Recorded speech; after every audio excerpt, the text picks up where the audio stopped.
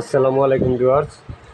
আমার এখানে একটা 32 ইঞ্চি এলইডি টিভি আসছে। তো এটার অবস্থাটা কিছু সংখ্যক জায়গা আসতেছে আর এক জায়গা আসতেছে না। তো আমরা এটা কিসের কারণে এরকম হয়েছে আমরা এটা একটু আইডেন্টিফাই করে কাজটা সলভ করার চেষ্টা করব। চলুন বন্ধুরা, আমরা টিভির ব্যাক পার্টে চলে যাই, গিয়ে আসলে দেখি সমস্যাটা কোথায়। আমাদের 3.3 ভোল্টও ঠিক আছে, এইদিকে মোটামুটিভাবে ভোল্টেজটা আমার ঠিক আছে।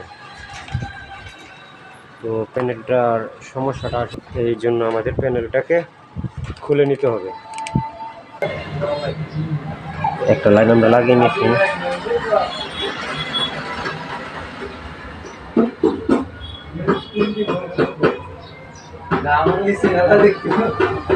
কেবলের সাথে সংযোগ দিয়ে দেখবো আসলে আমার কাজটা হয়েছে কিনা। আমার কাজটা কমপ্লিট, সাকসেসফুল হয়েছে। ফুল